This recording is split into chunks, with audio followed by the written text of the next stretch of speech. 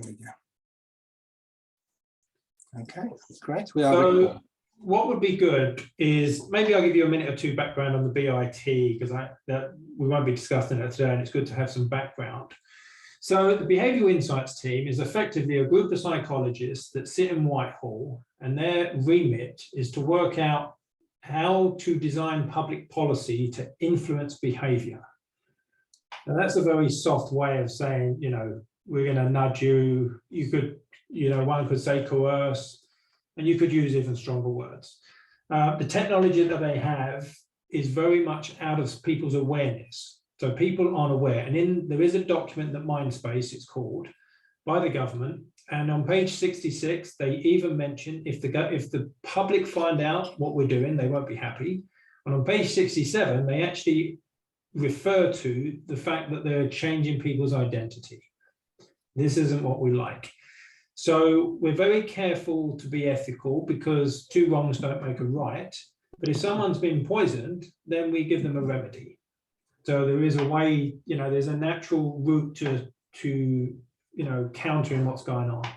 I do believe that at some point in the near future, everyone will be so aware of this that it will lose its power. So there'll be this sort of balancing out. Now, there's a really good place to start with here, which is for me to tell you a story that happened with one of the ladies in our group, that when she told me, it literally moved me, and then everyone I tell it tends to move them. Now, okay, so the lady's called Rachel. She's a trained psychologist. She's a local counsellor. During the first lockdown, I think it was March 2020, she went to a local park. She was accompanied by colleagues. So there's 3 or 4 trained psychologists. They're in the park. They're seeing if anyone needs any help. They're seeing if the homeless are there and they need help. There was an elderly lady on a bench just by them. The elderly lady starts screaming over super spreaders, murderers, all sorts of really sort of intense responses to what she could see. Now, Rachel is quite a passionate lady, so she really just wanted to turn around and, you know, tell this old lady to, you know, mind her own business. But she remembered a conversation that we had, and she remembered, don't step in the ring. And that's one thing we say: if we get pulled into the ring, that's it, game's over, conversation's finished, we're into an argument. So she resisted. Eventually, the elderly lady approached her, muttering under her breath, asking her questions. Rachel turns around, puts her hand on her heart, says, "How can I help you, my dear?" The elderly lady was sort of taken aback. She says, "Oh, I'm here, I'm a trained psychologist, I'm here to help." She goes, "Oh, I don't want to get emotional." She says, "Okay, I'm here, I'm totally trained, I'm here to help you. What the government is doing to us is not fair." The elderly lady looks up and says, "I just need a hug." Now, what you'll see is that a lot of what's driving what's going on is generally one of 2 things. It's basically, you know, mild trauma, or it's trauma by omission, which is people are not getting their needs met. Because this elderly lady was not getting her needs met, she had all this anger come up. And then, of course, she's been told by the media, the people not compliant are causing the problem.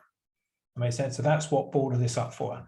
The fact that Rachel was able to not step in the ring transcended that. They then had a 30-minute conversation where they were really connected. And that literally was from one person screaming abuse at the other person. That makes sense? So these things can transcend very quickly. So if everyone's ready, David, I've got a presentation deck to share, which I will go through. And are you happy to take questions as we go along, David? Yeah, I think, see, what I've done, we've structured this because what we found is there's many levels to this. One is that we've put all the information together.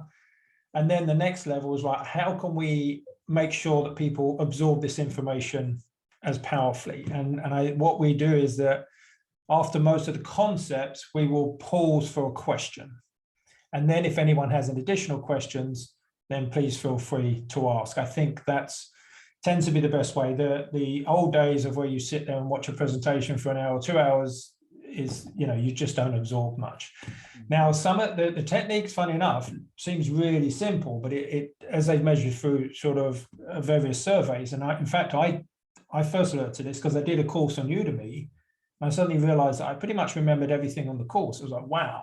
And then I looked into it and they're structured specifically to do that. So that's what we're going to do. So a lot of the things we're doing is very intentional. There's nothing hidden. Everything will be fully explained. Okay. And David, I was going to say, if any of the reps, of course, if it brings up questions for when you've approached businesses, then that will be very powerful for us, because it will not only be you, it will be all of us sort of learn from the questions that you're asking. Exactly. Yes, that dialogue will bring a lot up. Okay, so I shall share my screen. So having successful conversations, the foundations. So just a brief little intro about myself. I've been consulting to major corporations and individuals for 25 years, lots of stars, performers. And for the last 20 years, I've been studying perception and many subjects within that: general semantics, psychology, NLP, EFT. So it's really, it's really of very interest to me what happened over the last couple of years. And the fact that it happened, I mean, it blew any of us that knew anything about it out of the water, that they managed to achieve what they did in terms of a narrative. First thing is, I think we've always got to acknowledge ourselves, really, for our choices to stand up. Once you start to get an insight into the group dynamics and how powerful group dynamics are, you'll appreciate just how hard it is to stand up. Just how so much of society and the narrative is actually really put in the conditions where people will be quiet. Really, for identifying the need to understand the psychology, it really is such a key aspect to what's going on. And of course, we're substance over style, so we're trying to make the presentations as interesting as possible, but we focused on the substance rather than lots of bells and whistles and shiny objects. Okay, so really for our agenda is we're going to look at really what drives behavior, because on the surface, for a lot of people, they've gone, like, why are people acting the way they're doing? Why are they saying the things they're saying? Once we get a little bit of a look under that surface, things really make sense. And then we can connect much better to people. We can really understand what's driving them. What presents people absorbing facts? I think we've got a really good handle on this now. We can explain a lot of why this happens and how can maps help. So effectively, what you have is that all of you on this call tonight will be, we have a lot of skills in how to talk to people. And I also consider myself that way in 2020 at March, but then people stopped listening to certain rational conversations and it really blew me away. So, we went down intense study. We've managed to speak to lots of experts all around the world to sort of map out why these things happen. So in effect, this has made us actually much better because we, adversity really forces you to step up a level. So just a few notes before we begin.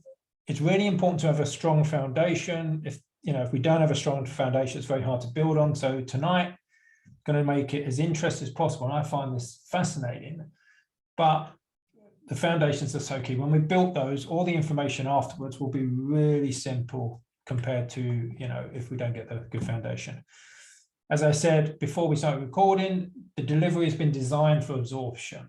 We find that if we just give people loads of facts, then that doesn't go in. So we've presented in such a way that it should be easy to digest. Okay, this is a very famous quote. Science moves on one funeral at a time.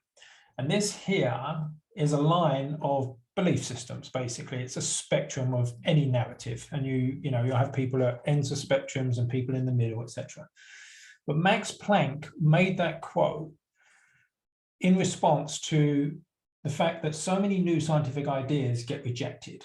And it's really important because it really highlights one of the biggest problems in talking to people is that if we do have different ideas, then they tend to get rejected and resisted.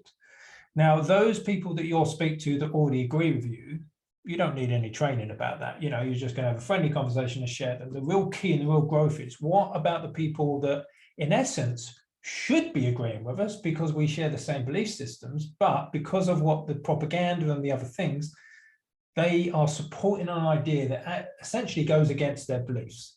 And that's where we can have real success here. Now, there's a really fascinating series of studies that show, and one of them, the examples was gun control in the US. And what they would do is they would take two people at complete ends of the spectrum. And these are our characters in a lot of our stories on our website. And it's Jane blogs and Joe blogs. And when it comes to the COVID narrative, they are essentially at opposite ends. So Jane is really having trouble reaching Joe. So in these gun control studies, they would have two groups of people similar to this, opposite ends of the spectrum. They would present them data, facts, science to show them the other person's viewpoint. The expectation is that they would pull closer to the middle. The reality is the presentation of the facts pushed them further into their own beliefs. It's absolutely startling why this happened, and I think we can explain why it happened, but it does render a very interesting thing that we really need to take note. And it's effectively, if you present external data that contradicts with a person's internal belief or ideas, it will be rejected unless that external data comes from an authority within that person's group. So you'll find that, when someone's fully trusting to a member of an authority in their group, you'll find that a lot of time this will filter down. But if you're seen as someone that's challenging an established idea they've accepted, it will nearly always be rejected, okay? So this really is at the top level. It's like, right, okay, well, this is probably one of the biggest blocks. So we want to understand this, we want to understand it in detail, we want to know how to navigate it, because it's, once you know about it, it's actually relatively straightforward with some practice. But this is one of the biggest things to note. And it's actually known as the polarity of beliefs. And of course, this is why, not only are, you take any political debate versus Labour and Conservative on the TV, can anyone remember an instance where one person turned around and said the other person's correct? I do not recall a single instance, and I think you'd be really hard pressed to find, because what's happened is the conditions for dialogue are not there. The conditions to win the debate are there. So both sides are going to win the debate. They're not going to listen to anything from the other person. Add into that, all the studies show that if a person identifies with a group that's opposing to our group, we will dismiss everything they say. So in fact, these situations of divide and conquer have been created on purpose a lot of the time to make sure that the people do not agree and then work together. So, quick question, and this is where we start to look at how we deliver it, which is people often respond to which one of these is true. People often respond to the first piece of information on the subject, telling someone a conclusion that conflicts with their current belief system lands very well, or people objectively assess their beliefs and form based on facts and accurate data. Okay, so just have a moment to think about that, because it's literally thinking about this will really help it go in. And obviously, it's people often respond to the first piece of information on a subject. This is known as the anchor bias. So once that's in there, once we tell them something different, that's going to bang up against that. Telling people information that contradicts their current belief will likely have them nodding and completely agreeing with you, have them react strongly, often emotionally, or usually met with making you a sandwich. Okay, so thinking about that, hopefully it should be relatively obvious that it's B. Okay, and I think, is it an experience that many people who have had that you'll say something quite innocuous, and then suddenly you'll get a very strong emotional reaction? Is that something that's happened, I think, probably to all of us? Yeah. Yes. Yeah, exactly. And of course, we're going to explain why that is. It makes sense when you understand. It's one of those really self-evident things. It's almost the elusive obvious. So when we describe what the project is, we say, well, the project is reaching people, and reaching people is like playing the steady hand game. Does anyone remember that game at the fair? You've literally got to get that hook through there without hitting the buzzer. And of course, if you hit that buzzer, you often see that wild animal come up. Well, reaching people that have been under huge amounts of propaganda is actually like playing this game with a blindfold on, okay?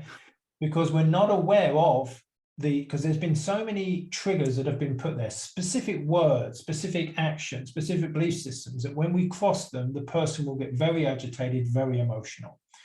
Okay, and we've had the fortune to speak to, because we started having some success on this project, and we now consult to many of the academic groups, the Heart Pandas and the World Doctors Alliance, etc. What we've done is we were able to consult with many of the psychologists and the behavioral science experts and really started to really understand that at a much deeper level. So what's gone on is that the behavioral scientists have really created a really strong conditioned mind. So when someone's very much bought into the narrative, you're going to find it's a very complex game. But there's lots of good news. And there's lots of solutions to this once you know how, and it's a bit like a safe. You know, if you don't know the combination, it seems impossible. But once you know the combination, then you know you can get in there. But tonight we're going to focus on the framework. Once you get the framework, then we can start to show you really simple exercises to learn it. So how do we navigate the train or the game? How do we get the hook through? Well, first, one of the first things we have to understand is that people do not interact with reality.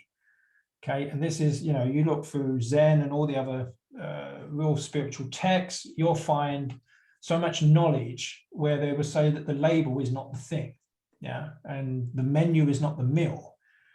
You know, if you start to eat the menu, it wouldn't be very nutritious, but we just assume that everyone else is sharing the same reality, and it's not the case. We all have our unique picture of reality, and this we call our map.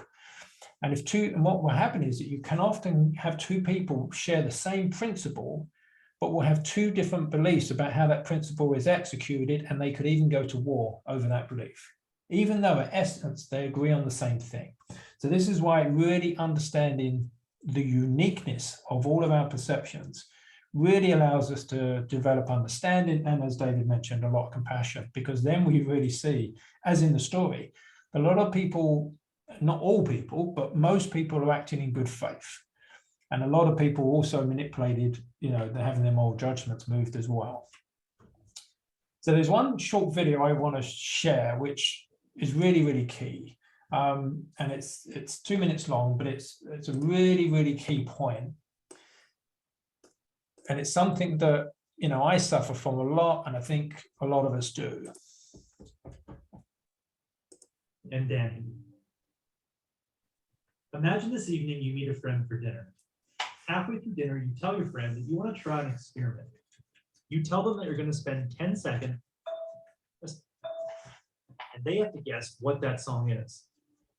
You start by tapping out the rhythm to the song, Happy Birthday.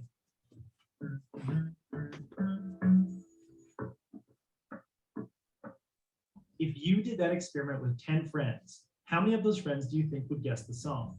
1 out of 10 friends or 5 out of 10 friends? In 1990, psychologist Elizabeth Newton played this game with students at Stanford University. Her findings were startling. Only 1 in 40 students could guess the famous song that the tapper was tapping. But here's the troubling thing.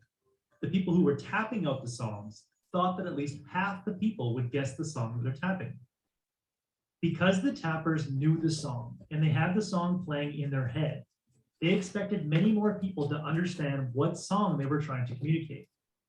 This is what psychologists call the curse of knowledge. Most of the time, we communicate our ideas as if we are the audience, and we forget that the audience doesn't share our knowledge. This makes our communication either confusing or boring. The curse of knowledge is the reason why brilliant scientists write papers that almost no one else can understand, because hardly anyone else shares their same level of knowledge. The curse of knowledge is the reason you can give a colleague straightforward instructions, but those instructions seem confusing to that person. The curse of knowledge is the reason you can spend hours putting together a presentation that you find interesting, but everyone that you present it to seems bored and distracted. If you can't communicate your ideas effectively, you waste a huge amount of time and effort developing those ideas. Luckily, authors Dan Heath and Chip. So hopefully this has really highlighted such a key point. And so many people have said, well, it's so obvious, can't you see it? Because each person's map is unique. Each person's frames of reference is so unique that they've had different experiences. If someone's been put in front of the telly and watched all of the narrative through the TV, they're going to have vastly different belief systems than we have, presuming that we haven't done that, and I think that's the case. So a couple of questions on that. What was the expected value by the student of people guessing the tune? So, and this, it's been one of my main faults is I just think that people are going to get simple concepts. That's why they've got to be put into real simple metaphors. So what's the answer? Is it A, 50%, B, 20%, or C, 25%. Okay. So we expect it's going to be 50% of the time. So we expect that half the time people are going to be able to guess what's going on in our head. Okay, now the next one, I've realized that I actually didn't put the right figure down, but what is the closest figure to this? But what is the actual percentage of students guessing the tune? Is it 10%, 20%, or 5%? And it's actually C, and I think you'll find it's 2.5%. So there's a huge discrepancy between what we think people will understand and what people actually understand. And this is why one of the listening skills, and I realized during the first lockdown that my listening was not as good as I thought it was. And I had one of my exercises was to really tune into the person listening. I was talking to a friend of mine at the park, and I'm really tuning into what he's listening. And I realized he wasn't listening to a thing I was saying. I was going on about COVID, and he had no interest in it. He was waiting to talk about golf. But if I hadn't have been focusing on his reaction, I don't think I would have noticed. Because we're so passionate about the subject, I've known that I've been off in my head thinking about what to say, and then I'm not focusing on the person that's listening. And I'm sure you've probably got better listening skills than I have from the practice you've had, but it was a real eye-opener. And these two things together, I think, are really key. So then we were like, okay, well, we got this huge problem. This huge problem is that there's such a discrepancy in what's getting across. And there's also a discrepancy in the fact that people would go off, watch a few hours of data, they would know lots of things, and then would go and share the information with people. But what we noticed was that they would share information from, so many higher levels of understanding than the person was at, that it just created this real huge dissonance, this real switch off. And often people would call them conspiracy theorists and all these sorts of sentences, because the person had kind of, what we say, go off piste. So then we designed a metaphor to try and close this gap. And the metaphor is called the hotel of knowledge. And if we think about the learnings that we've had, the accumulated knowledge that we have, and we build it into sort of a sequential in all the years and months and whatever, one on top, each level is another conclusion of data. We'll find that if we're talking from our highest level information, and a lot of the time it's going to be tough to digest conclusions, but yet the other person is, they share some of the levels, but maybe they've got some false assumptions in there. And I know that when it comes to the vaccine passport, a lot of people have a lot of false assumptions about them. One of them, that they think it's going to somehow stop the spread of the virus. It has no connection. So when we can break these false assumptions, but here's the thing, if we start at too high a level, there's a massive disconnect. So then we talk about this and we say, right, well, we need to find common ground. Excuse me. And there's so many reasons why this is important. Because when we find common ground, we actually, all the energy starts shifting. We start seeing ourselves as on the same side with the same group. So many things change. So many problems literally go away. So we've got to find that common ground. And this is probably something intuitive to many of you anyway, but it's really key to really think about where we pitch the opening of the conversation. So if this is where we use this when people are challenging the narrative, we say to them, we'll start with things that everyone pretty much would acknowledge. There's corruption. I mean, there's multiple stories all the time in the media of dodgy contracts, Hancock backhanders, etc. Something's not quite right. Policy is influenced by special interests. So what happens is we start moving the same way in a conversation. We're in agreement. That makes sense. We've got common ground. David, can I just bring someone in here, because there might be a stage for us before this. So I think Nat's on the call. So Nat, could you just explain? I think when Nat goes in, she has an initial conversation first. So Nat, could you share what you do when you go in? Because I've heard you speak about it before, and I think you're on this common ground aspect.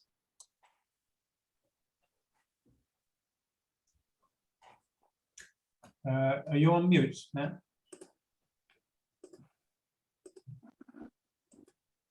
Yes, she is. I don't know if she's there. Maybe she's not there at the moment. I don't know if any other of the reps want to speak to it. It's when Nat goes in to see the business, and first of all, she talks to them about what their business is and how they're doing and what's happening.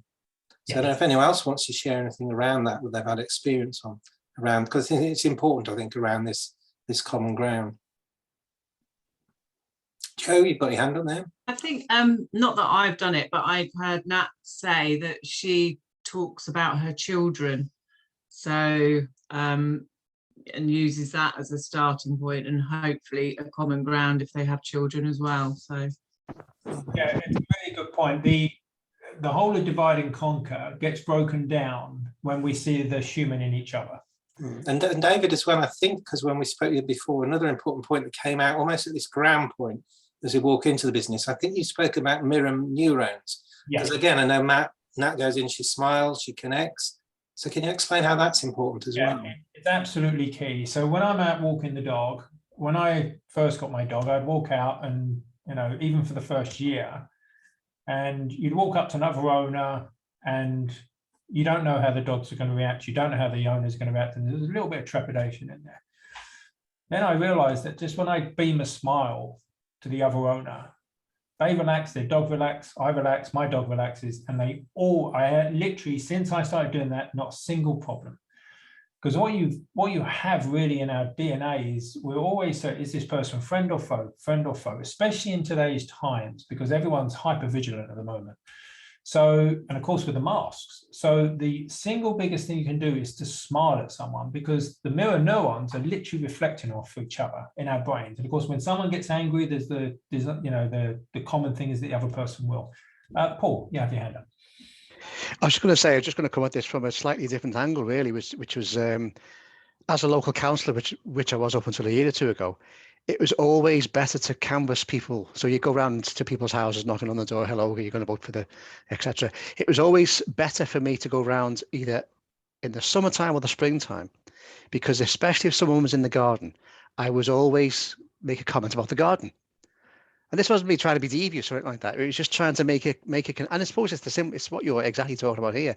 So, you know, you would always get a much better response from somebody if you said, oh, your roses look great, or that's a lovely lawn you just cut there with that lovely lawnmower, etc.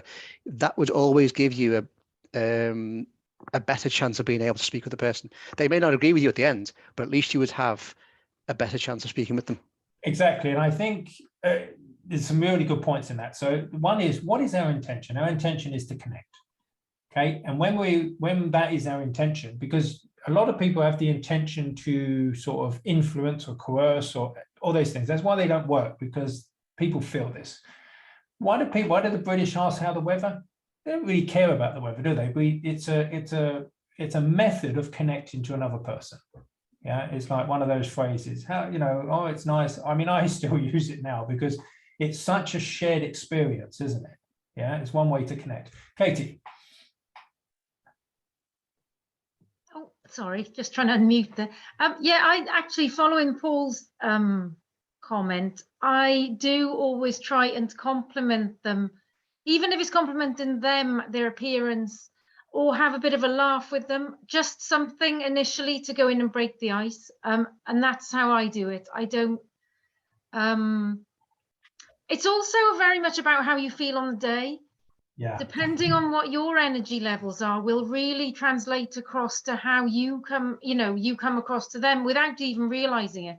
So sometimes if I'm feeling not so energetic and a little bit jaded, especially if I've had quite a lot of abuse, I really struggle to connect with people then.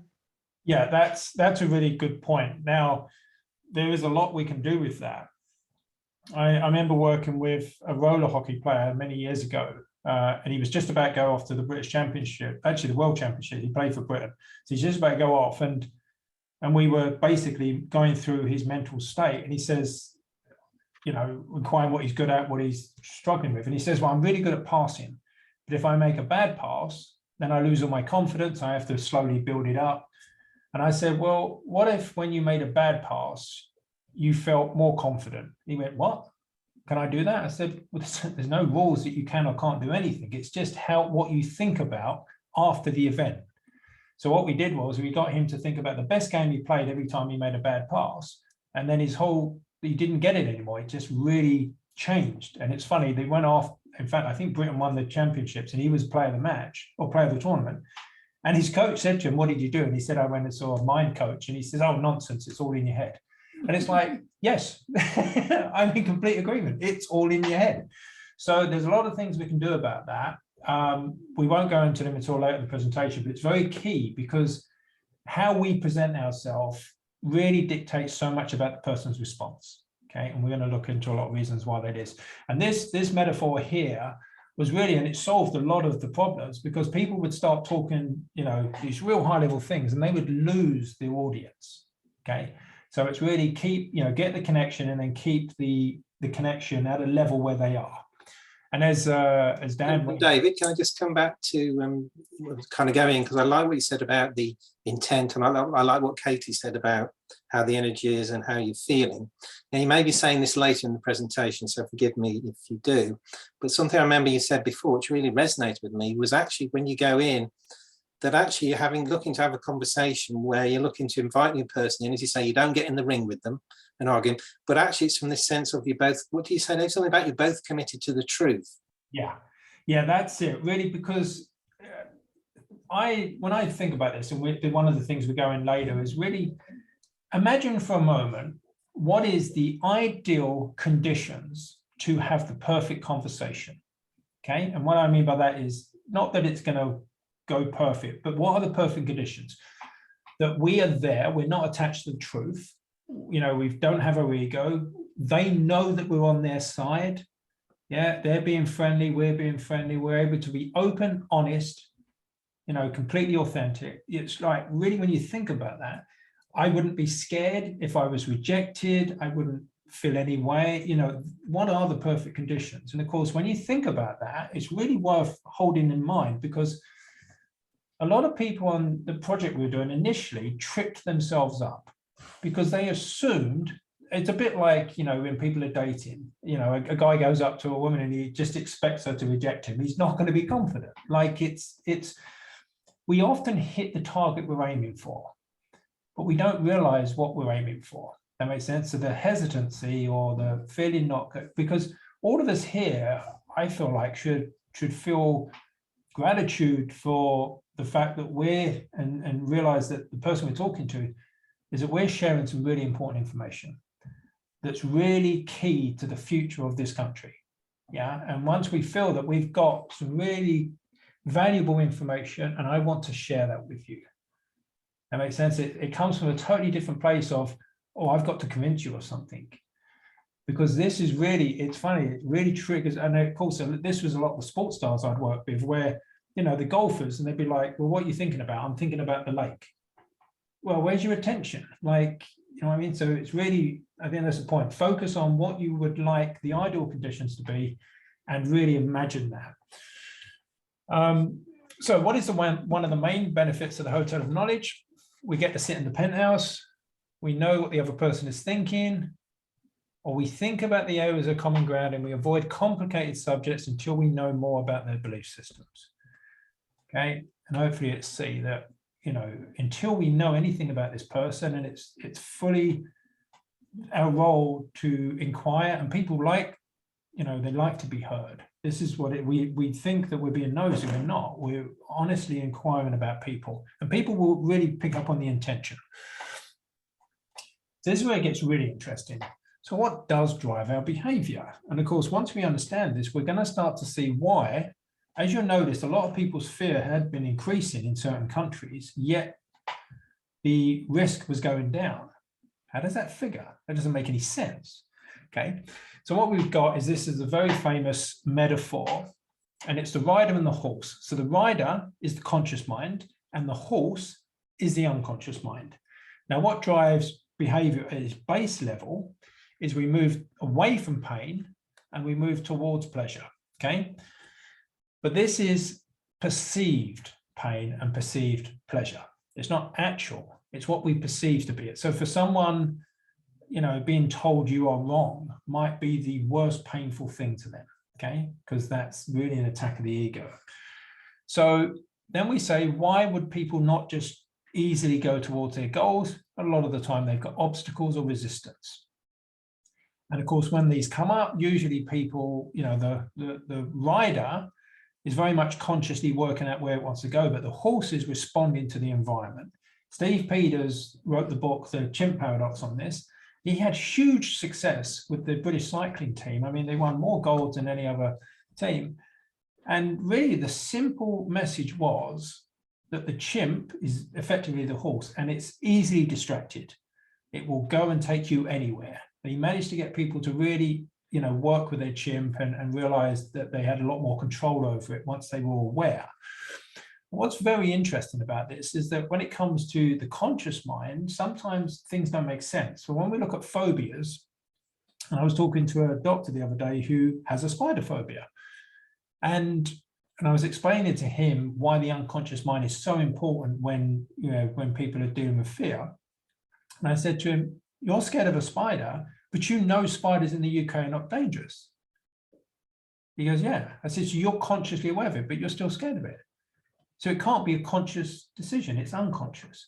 So what you'll find, what they've done with the narrative is they've managed to convince people that the thing, the virus, etc., is so dangerous to the horse. That's what a lot of the media and the stories will do. It will condition our unconscious mind. Even if people know consciously that it's not that dangerous or anything else, you'll see it making no difference. And this is why so many of the academics have been blown away, that they will share facts, talk to people, and it makes no difference. And the reason is because the facts are not making it into the unconscious mind. They're not dropping down into the body. It's not embodied, as it were. And then, of course, we've got a next part that's really, really interesting, which is the wants and the needs. So historically, let's go back 10,000 years ago.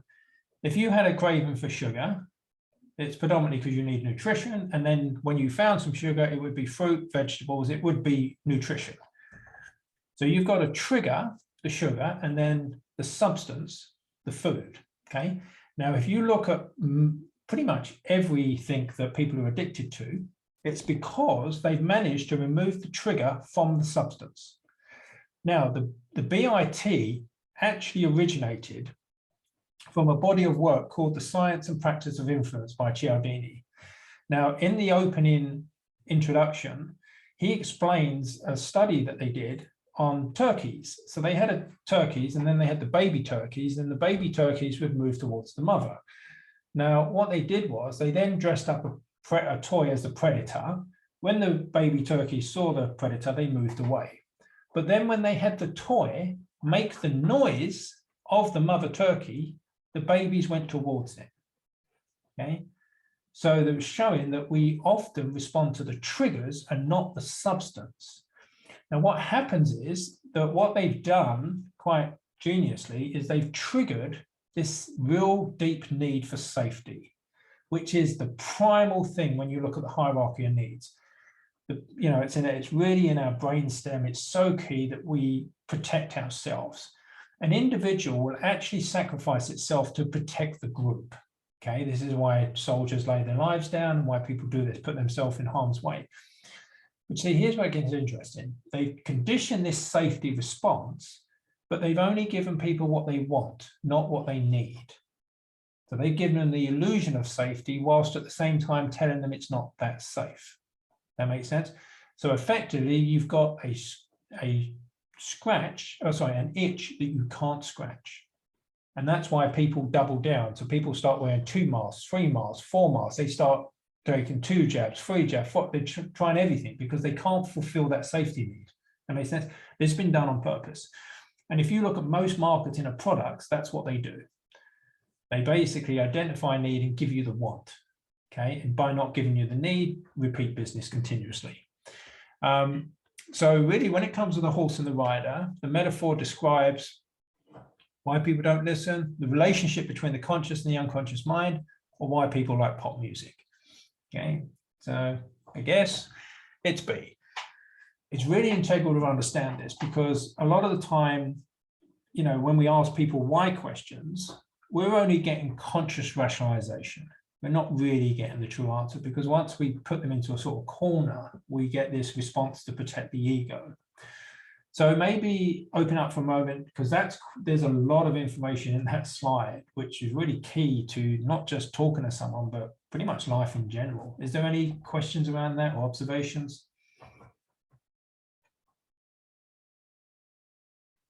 Did it make sense, David? Does it? Yeah, because the thing is, if you can really identify someone's needs, then we're going to be able to really be of service to them. But we've also got to understand their wants. Because if you only fulfill people's needs but not their wants, they're not going to realize they've been fulfilled. Paul. Yeah, thank you. It's very interesting listening to you because it kind of resonates with some conversations I've had with well, my brothers and sisters, for example, who think I'm frankly barking mad. And my attempts at different kinds of attempts to try and what I would probably describe now as penetrate their defenses, for the want of a better word, have always spectacularly failed. I've tried to reason with them. I've tried humor. I've tried facts and figures, and it's just like I'm shooting bullets at a tank. They just bounce off, go nowhere, and they just think I'm completely mad. And I've kind of given up. Yeah. And concluded that if I'm not mad, which I hope I'm not, either I'm mad or they're mad. And if they're mad, they're lost. Yeah, we see this described. It's a really key point you've brought up there, because it allows us to actually share another metaphor that really will explain this in a lot more detail. You see, I've had so many people ask this your experience is really a shared experience by many people. Now, the difference between information and communication, these words are used interchangeably, but they signify very different things. So the information, as you say, is the bullets. You're throwing this information at people, you're really trying to find ways to get in there. But what happens if the door's closed? Okay, so we give the analogy of the archer. So you have an archer, he has a message to deliver, he pulls it back, aims for the target, but there's a closed door in the way. Now, the interesting thing about human behavior is that when we've built a habit, or when we've built a sort of neuro pathway, we generally just turn the volume up. Okay, so we think we need more force. So we tend to give more information, we tend to speak louder, we tend to do it more and more. And that is a habit of all of us. Okay, that's not signaling anyone out, that's just built into our brain. But here's the thing, if the door is closed, what you've got is you've got the difference between force and resistance.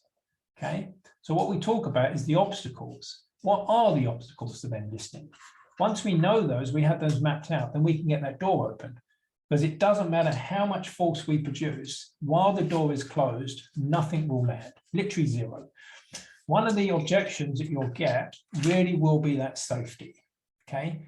Because effectively, and this is what's really funny about the conscious mind, I was teaching a seminar once and I asked the audience, I said, okay, how many people here smoke? 20 people put their hand up. I said, right, if I could get you all to quit smoking in the next hour, pain-free, who wants to accept? How many people accepted that offer? 0. Doesn't make sense, does it? Okay, because the conscious mind wants to quit smoking, but the reason they haven't quit smoking because the unconscious mind doesn't. When you then give them the offer, suddenly the unconscious mind goes, no, I don't want that. So in fact, they move away from it, but they don't know why. So it's really important to understand this distinction. And it's really infinitely fascinating. But of course, we will talk about getting that door open. That makes sense? David, I've got a quick question for you. Yes. So post the government announcement today, yes. Do you think it's going to become more complex? Obviously not for Scotland, Ireland and Wales, but people approaching businesses in England. Do you think it'll be like, well, it's not an issue anymore. We don't need passports. They've gone, is there going to be a kind of like a shift, or do you think it'll sort of, is the approach going to be the same, or should we tailor it because of the announcements that people are going to think that it actually doesn't apply to them at all anymore? It's something I think we need to think about. So I think that what you have is the narrative is shifted. And one of the things we talk about is inertia. So what you've got is that there'll be specific times that conversations will change. So that's true. I think people will take their foot off the pedal, but I think it's quite easy to show them, or it's going to be something we can show them that we must prevent it happening again. That makes sense. So we're going to get through. But I think you're going to find certainly, I mean, how do you feel about it personally as a rep? Because it feels to me like the pressure's off a little bit, isn't it? I mean, I'm less on the street than a lot of people. I have been doing some, not with great success. I'm more kind of back end, but just from people I speak to, and I mean, I have a Facebook group which I post on regularly, and obviously pushing for momentum still. But I just feel that, I mean, I'm going to be doing some more on the ground work, and this is incredibly useful also, but I just feel that, as they say, inertia, people are going to like take the fourth pedal, go, well, it doesn't really matter because it doesn't apply to us anymore. So, you know, and I just feel that the conversation from our perspective maybe could change a bit, possibly. Yeah, I think so. I think what we've got to do, which we're going to actually address, is we've got to find what's important to them and show them how these vaccine passports are going to basically clash with that belief system. Because effectively, someone asked the question yesterday, why is the left not so left anymore? Because it's kind of moved. And I actually spoke to one of the guys involved in the project. They had a group of behavioral scientists move the left on purpose. Literally what they did was, and they did it by using the values.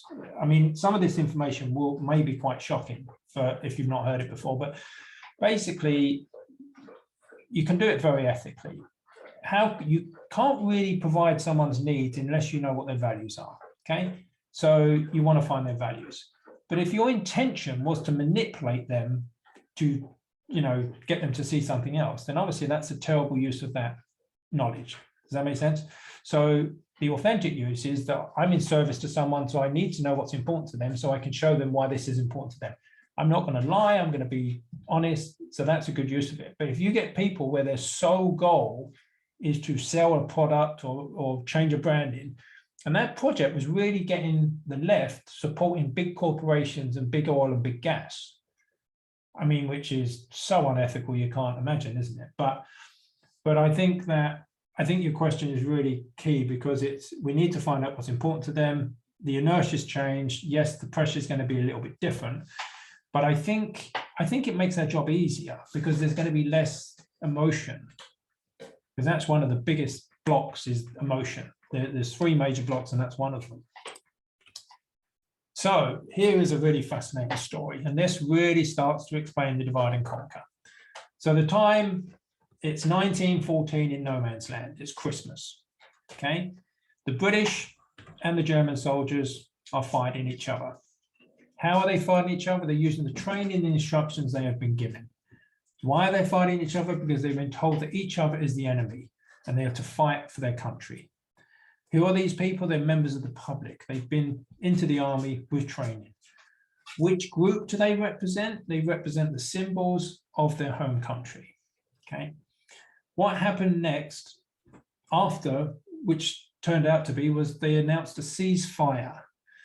Apparently the ceasefire was so they could recover bodies from no man's land. But what happened next was extraordinary. The British and the German armies started helping each other bury the bodies in the icy ground. They started helping each other recover the bodies. They then started celebrating Christmas together. They even exchanged addresses to connect after the war, and then they had the famous football match. Suddenly, they had found the common goal and they were working together. They then didn't want to continue fighting. That was it. They didn't want to continue. It needed the officers to go into each of the opposing trenches and threaten the soldiers with shooting squad if they didn't, to actually get the war kick-started again. And it was a real testament to, you know, two countries have been divided, and in the space of a few days, they were suddenly wanting to work together. And what's interesting is that we can start to see the structure of that. So on the battlefield, why did the armies play football?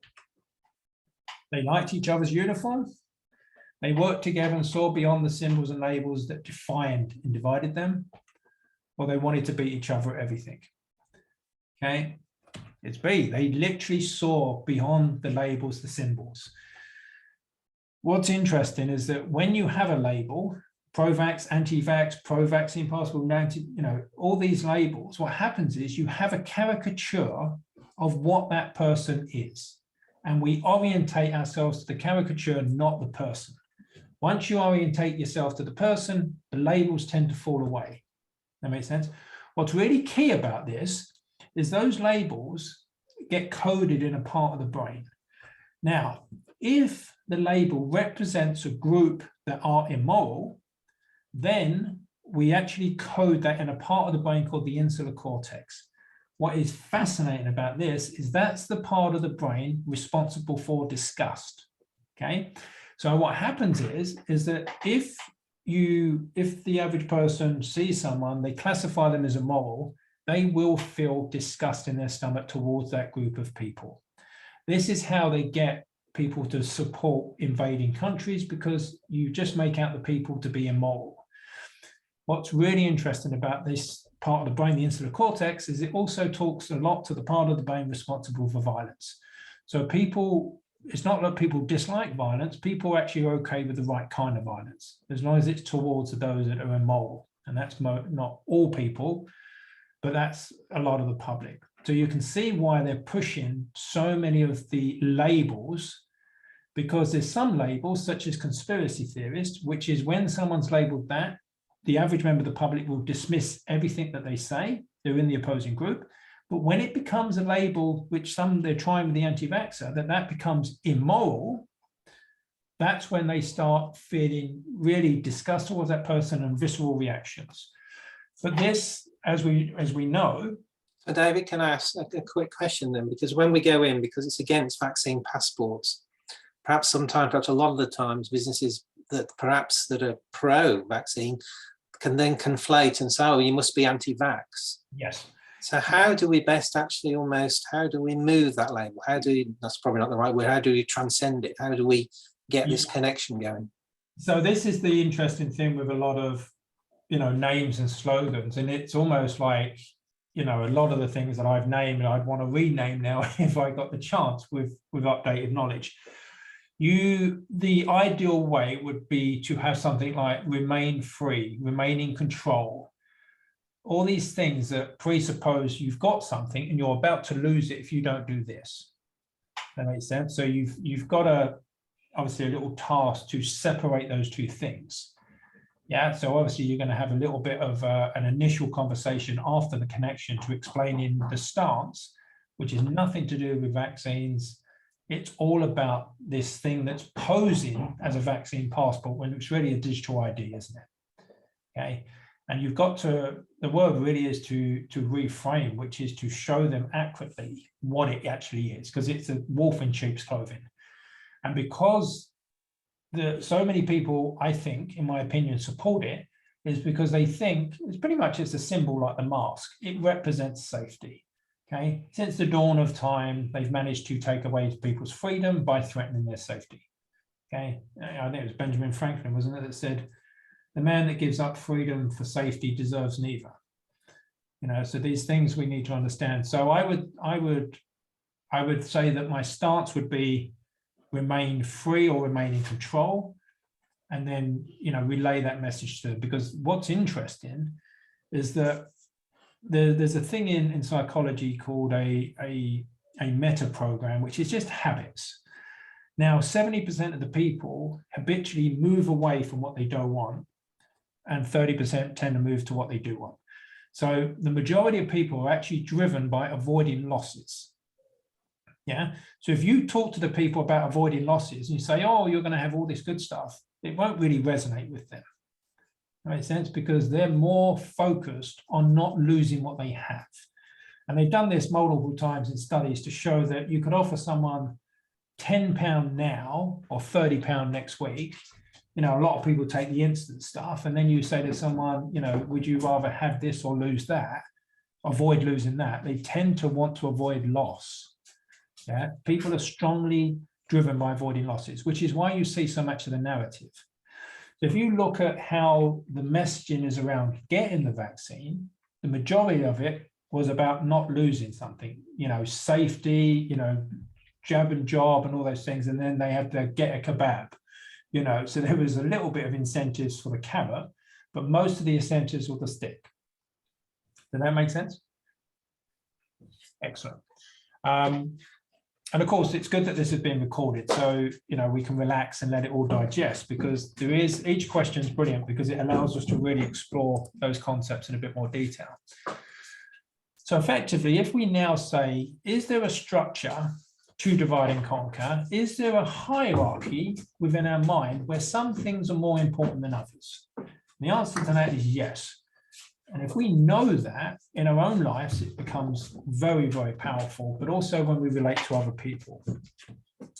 So if we look at what we just described, where and when, excuse me, they were in no man's land, Christmas 1914. What were they doing? They were fighting each other.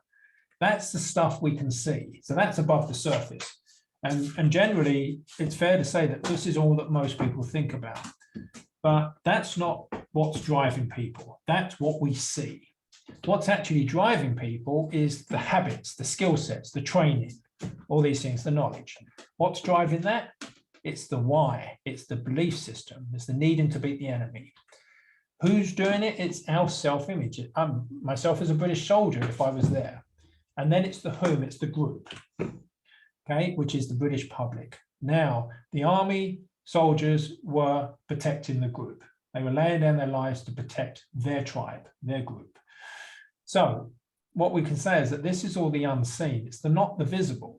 When we understand what's driving people, when we really understand, people's needs, because one thing that really confused me initially, and this is it, this is the structure, okay? So that the most foundation is our group identity or our purpose.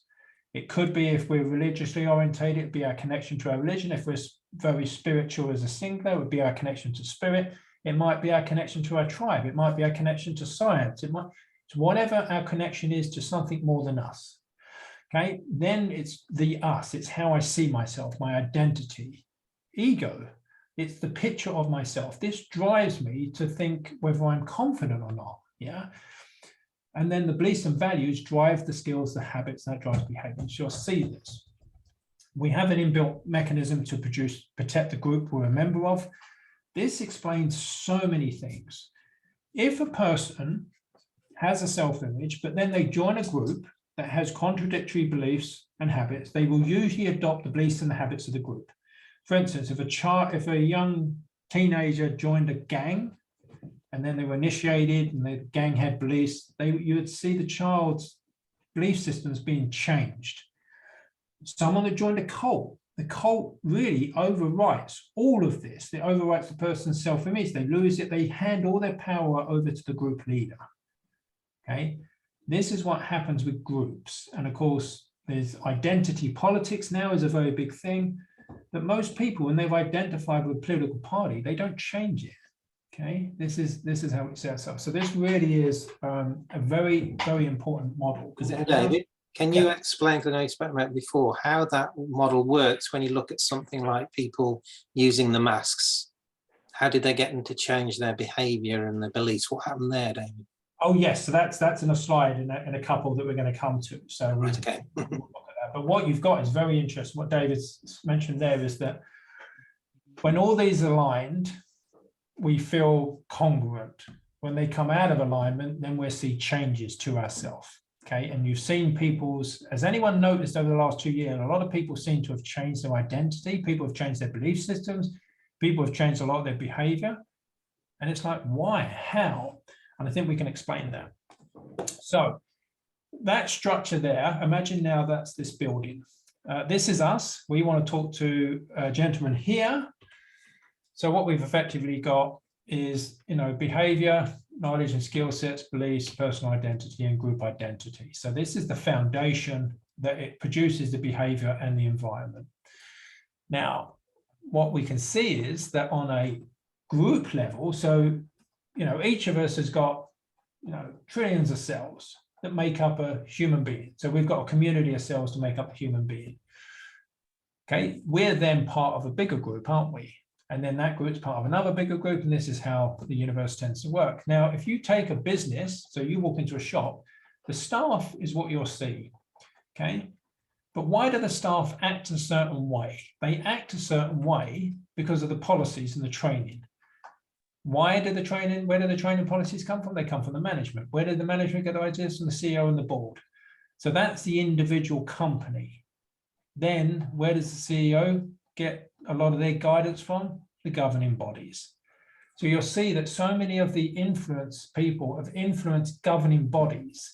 Once the CEO adopts those, literally every company in that industry adopts it. We've seen that throughout the last 2 years, haven't we? The people that influence the governing bodies, and they get to influence millions and millions of people because of these structures, because power has been so centralized.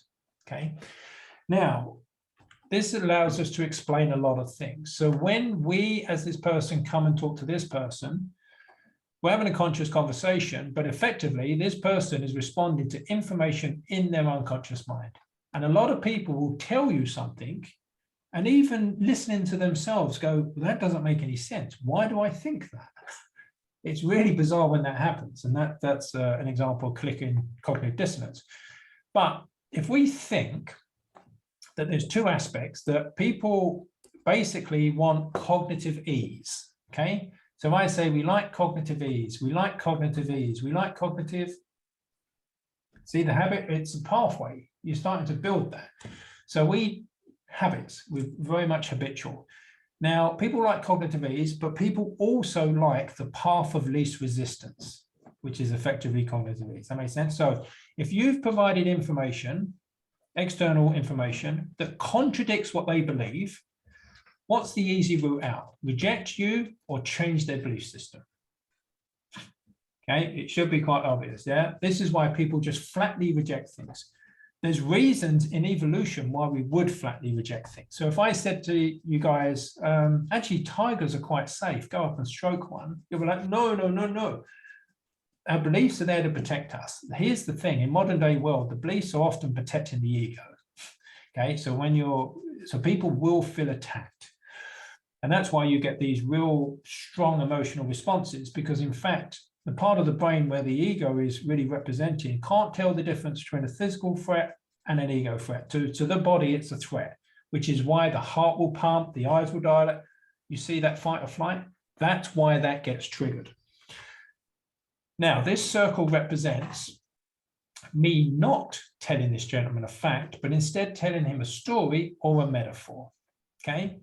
I was telling people on the project for months, you know, to not argue with people, to see that they were under a lot of stress, to have compassion.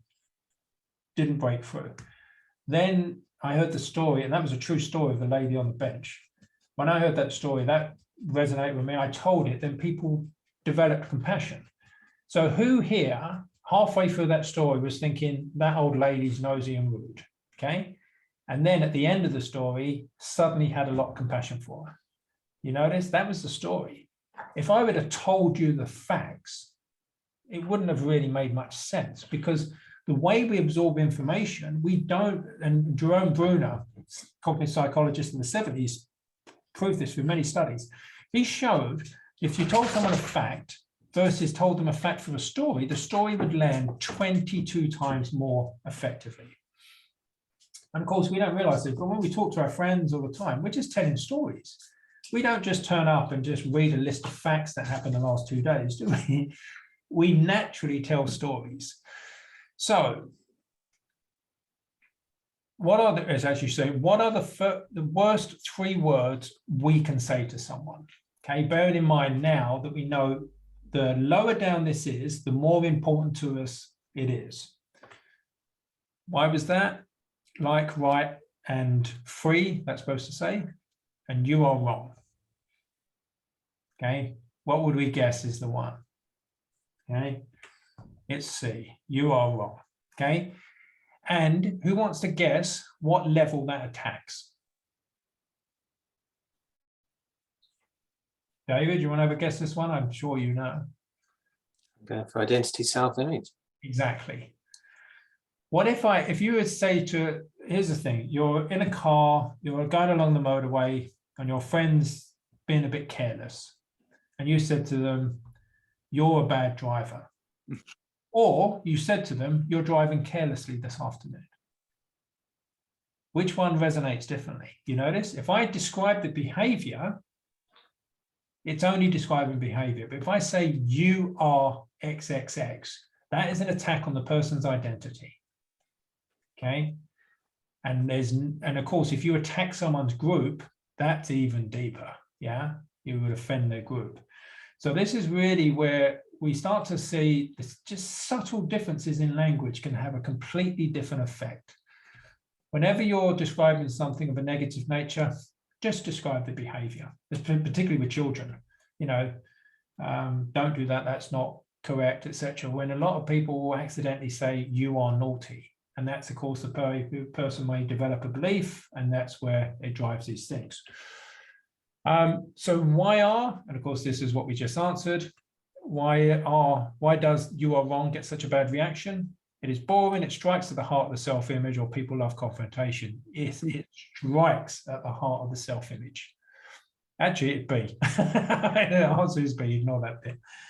Okay, so we're going to actually look at the thing that David said, but I think might just take a few minute break just to allow us to absorb this and see, are there any questions? Does it make sense so far?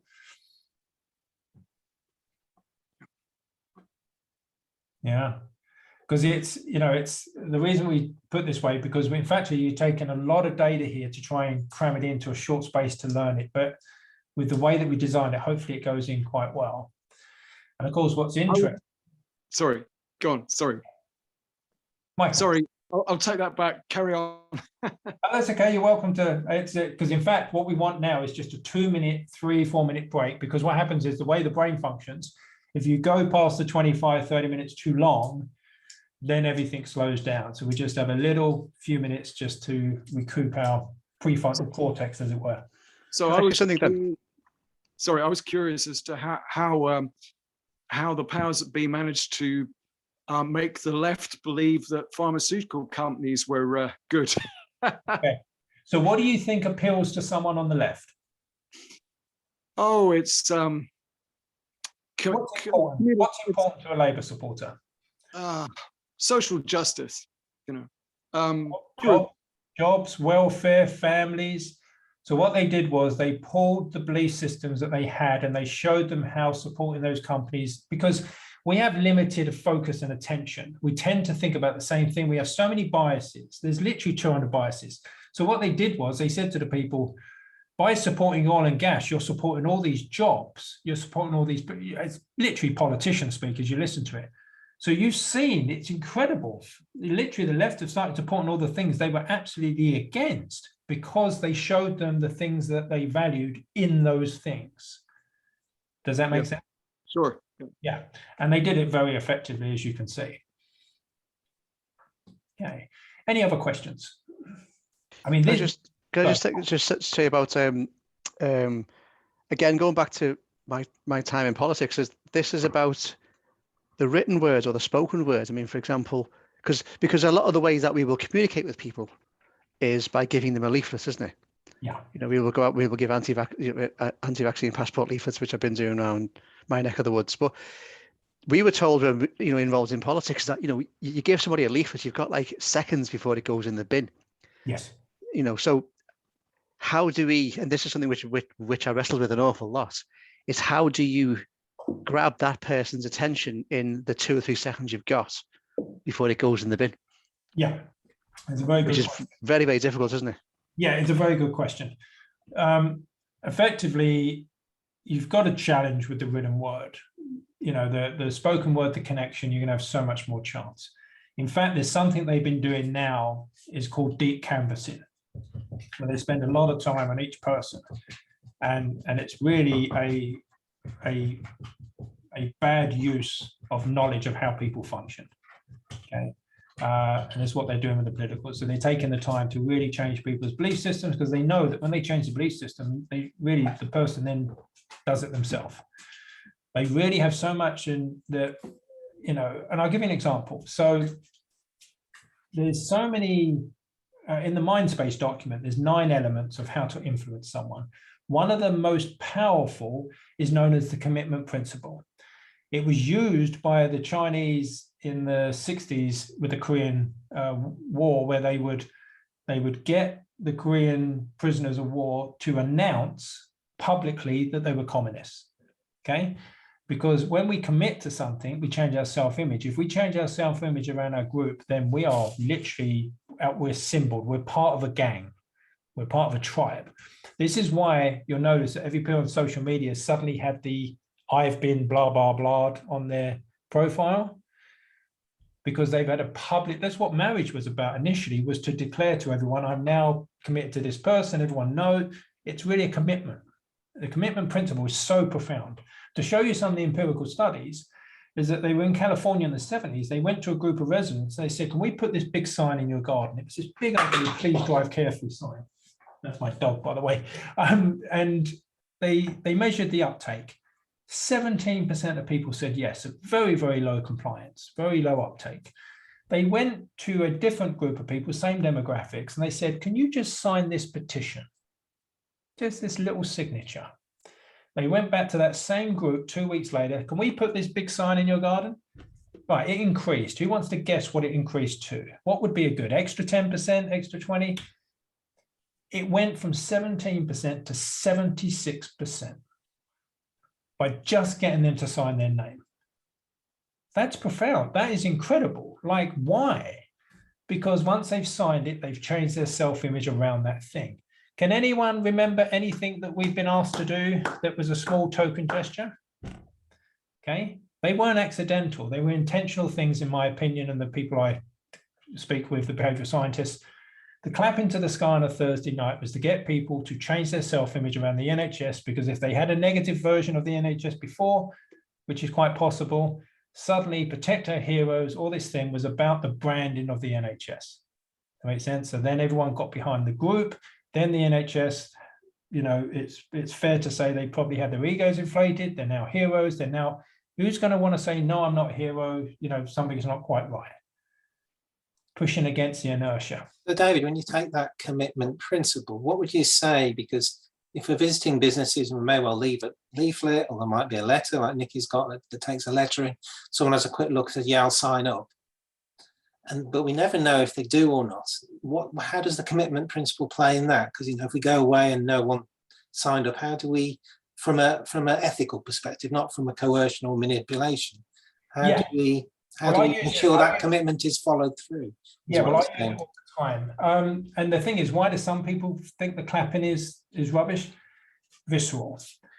The mind, you can really teach anything, but if someone's connected to their heart and their gut, they will feel it.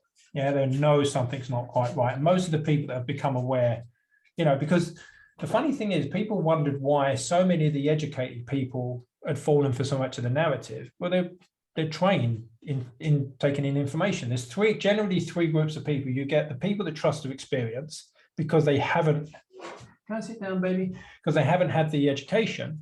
You then got the ones in the middle that have been educated to believe certain things, but then there's people that transcend that and they learn more and they start asking critical questions. So in answer to your question, David, what I would say often, I'll give you an example. I was at one of where the lawyers went to serve some notices, and a gentleman had come up. A few of the ladies, his daughters had been jabbed. They were only 16, and a few of the ladies had said to him said to the children that wasn't a good idea. So he comes and he's quite charged, as you can imagine, but he was quite polite. And I said, oh, let's have a conversation. And I said, I'll tell you what, his name was David. I said, David, I said, I'll be polite and respectful to you, and I know you'll be the same back to me. Okay. The commitment principle is effectively setting the terms and conditions of the conversation. Here's what I'm going to commit to. Do you commit to it as well? Okay. It's not manipulating. It's remember when Jane said, most of the problems are the conversation that didn't happen or the conversation that didn't go well. That's effectively not setting the boundaries. What you can also say is you can find out, you know, what's key to them, and then they will start committing to it. And then you can say to them, you know, if we was able to show you information that meant it didn't make sense, would you take a look at it? Okay. Once someone said yes, they're committed to being open-minded. You see, I'll say to people, you know, what's more important, the truth or being right? Well, the truth. So you're committed to truth. So if it turned out that I was wrong, I would admit it. Would you do the same? Yeah. That's how it's such a powerful thing, because you set your self-image up to, and I think that's the ethical use of it, because, and I've been going through that book, by the way, David, brilliant. The David Bohm, you know, could have given me that 2 years ago, would have been a nice shortcut, but it's brilliant because he's effectively saying that is, well, how do we get the conditions for dialogue? Does that make sense? So I see the commitment principle as really having the conversation about where the boundaries are. and where we want to take it. Does that make sense? And it's really worth thinking about, because you reps could think about, okay, you know, how do I use this ethically? You know, how do I make sure that? So is that then, David? I'm guessing what I'm saying is, whereas I might do something where it's trying to get the information across, but when I connect with a person, what I get a sense is you then connect him with the values and the beliefs, and you can get a sense of the identity. And I guess when you connect at that level, there's something about, perhaps, as you said, you're on their side, you're not in the ring. Yeah. But perhaps then when they say, yes, I'll do it, I'll sign it up, there's something that's perhaps more solid, as opposed to they've just received an information. It's almost like they've got it at a deeper level. That's the only way I can describe it. Yeah, the thing is, with so much of it, because people have been so concerned with the content, but you connect someone heart to heart, and there's going to be so much information transferring anyway. Yeah, that's really, when you get if we get time, we're going to go for the 3 steps of literally successful conversations. And you get the first two steps done, you can really screw up the third one. It really won't matter. Like, if you don't get the first 2 done, it doesn't matter what you do in that third one. That makes sense? Because I got the third one, I would have perfect facts, information, science, like 0 chance. I'm like, what the hell? This doesn't make any sense. Yeah, and it makes sense when you understand the deeper levels. So, can we have a look at that then, David? That would be helpful, I think, the 3 yes, well, that's the plan. I was just going to show you a couple of instances of the dissonance, and then we get on there. I don't mind running over. I don't know about how everyone is for time. Can I just add one thing here? Just practically answering David's question, and cribbing from what you've just been telling us. Actually, this might be a practical idea: is to actually go and literally to your first prospect with a questionnaire, just like you said. Are you can we sign you up against vaccine passports, and then come back the next day, you know, or next week? If you get the signature, you've really got the person committed. Well, exactly. So I thought that was just, you could almost apply that directly and go, well, we'll do a two-stage process. We'll go in with a signature first, and then a week later we'll come back. You know. And of course, that's a really good. And I think that what we have to always do is just check in that this is ethical and correct, you know. And I think as long as we're happy with that, then it's very. This is the grey line with this. Right. Yeah, when it's so powerful, is just to think, right, am I doing things because they're effective and they're authentic? Because that's the thing with the trigger and the response. Yeah, right. Where it's a grey line, but it's when the most important thing is the intention. So if your intention is to share solid facts and let the person decide on their own, I think that's the key part. Cheryl, you're on mute, Cheryl.